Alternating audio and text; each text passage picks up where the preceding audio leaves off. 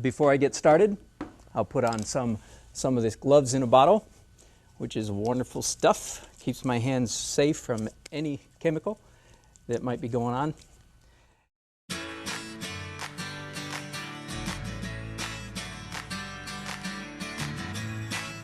And I want to make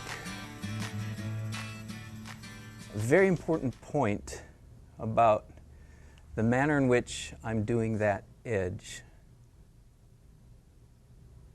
I mentioned earlier that I do a lot of architectural painting.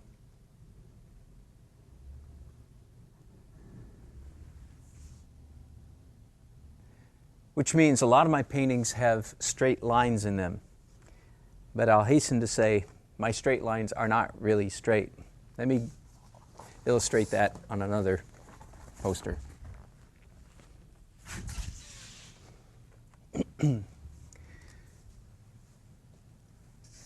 Let's say that I have over here a background, an underpainting of sky.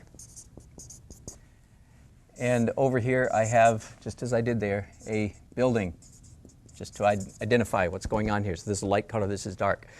When it comes to do the overpainting, the temptation, let me use a big wide marker, the temptation would be to take my sky colored paint and come up to that building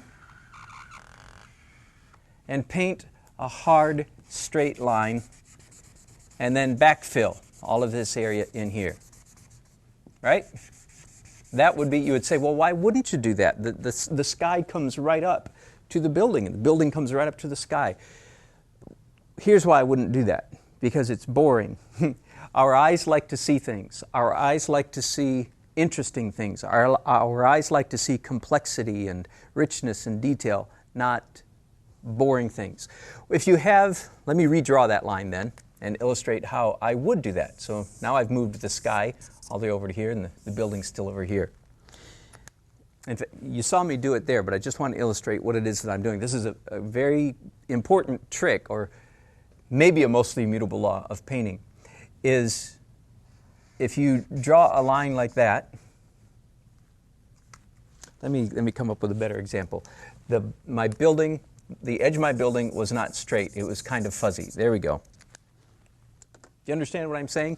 Before I did the overpainting, the edge of this building was rather fuzzy. So that's reflected by this. So the way I paint my sky is I come up to the building and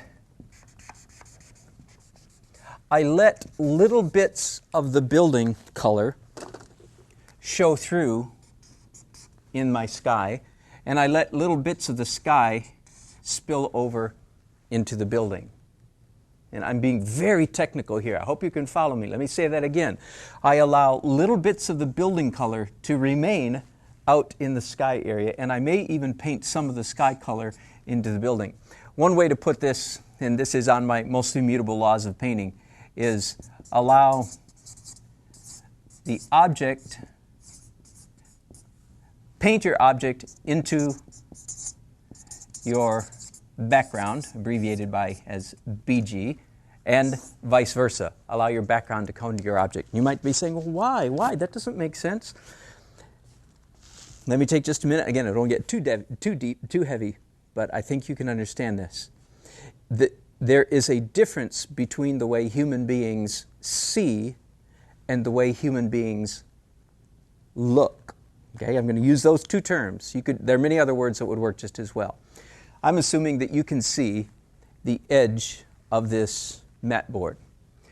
If you look, and this would work if you were here in person as well as on video, if you look at the edge of this mat board, you can see that it is straight, that it's hard edge. There's a sharp, crisp line of delineation, to be redundant. There's a sharp, crisp break point from where it turns from mat board to not mat board, right?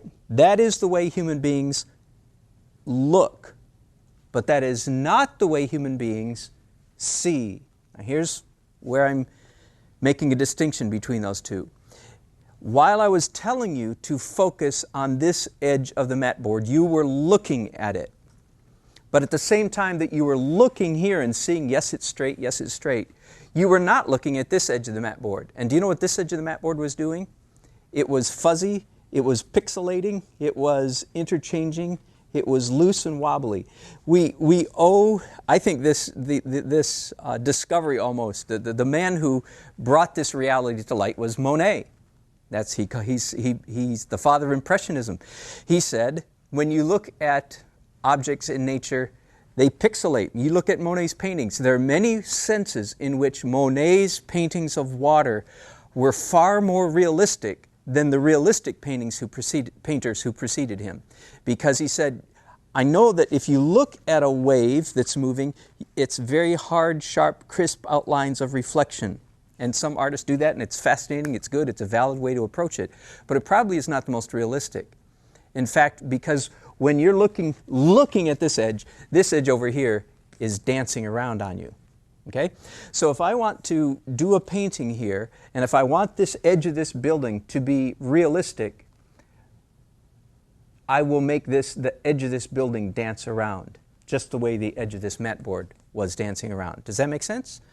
So, because when people look at my painting, let me ask you this, I hope I'm not getting confusing. When people look at my painting, what are they going to do? Are they going to look at it, or are they going to see it? If they walk down the hallway and are just passing by, they're just going to see it. But if they stop and look at my painting, they're looking at it, right? Therefore, my pixelation, my dancing edges like this are in fact more realistic than if I painted it hard, sharp, and crisp. Okay, enough of that.